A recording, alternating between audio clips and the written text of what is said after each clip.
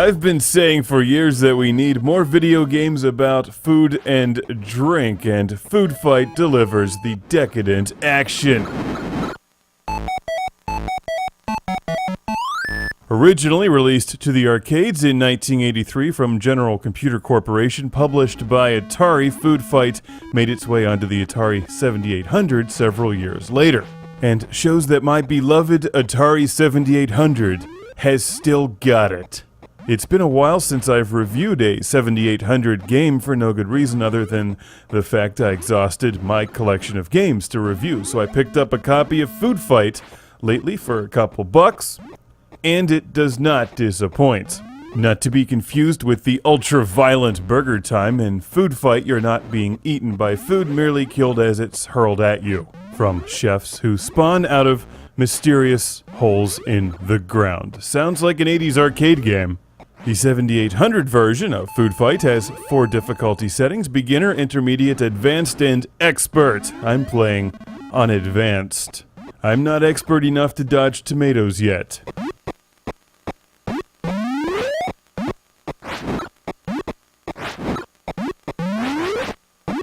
You know, that green stuff might actually be spinach casserole. I'm not entirely sure. I've never seen the arcade game. And while Food Fight is not one of the premier 80s arcade games like Pac-Man or Donkey Kong, it is tons of fun and has that perfect arcade-style risk versus reward gameplay. The objective is quite simple: to eat the ice cream cone on the left side of the screen before it melts.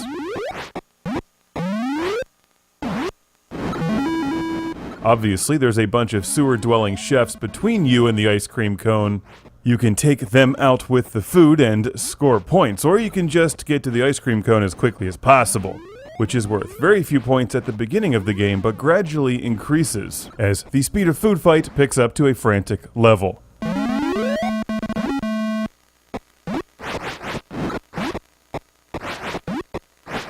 In an age of intentionally ultra-violent, over-the-top video games, it's fun to see something so refreshingly innocent as Food Fight, where you throw bananas at chefs. Then again, they might be poison bananas, and maybe those chefs really have it coming. While the Atari 7800 was always overshadowed by the far more popular Nintendo Entertainment System and Sega Master System, there's still some really good games available for it. Like Food Fight and others like Xevious, Joust, and of course, Pole Position 2. And to be honest, I think there's many of you who might not be familiar with this game who would find it really good. It's got elements of Berserk and Frenzy, mixed with a visual style that reminds me a lot of Robotron 2084, if the robots were chefs. And check this out: if you really kick ass during a level, you get a music video replay that's not only entertaining, but gives your thumb a break.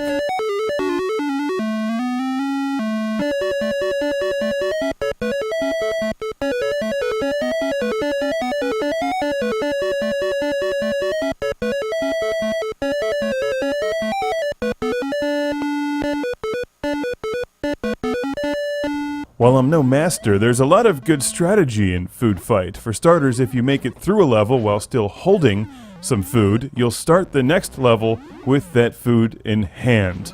Hopefully it's still warm. In the earlier levels, you may want to take your time and get rid of as many chefs as possible to score points. Also, watch out for the manholes. It's easy to fall in and lose a life.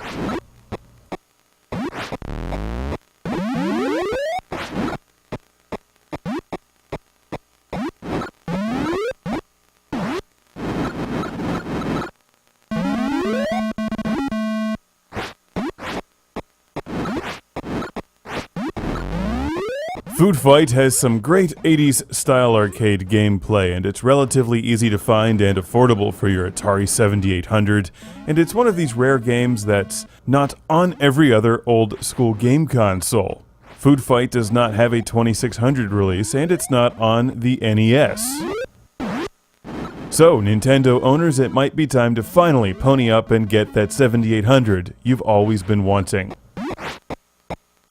It's actually a really good game console. I'm using the Sega Genesis gamepad to play this, and it's backwards compatible with the 2600. Take that, Nintendo. Atari 7800 Pro System does what Nintendo don't.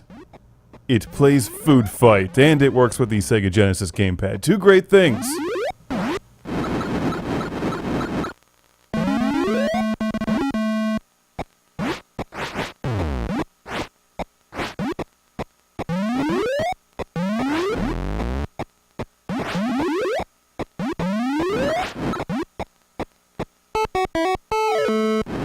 Watermelon Headshot. It's Food Fight for the Atari 7800 Pro System. Highly recommended.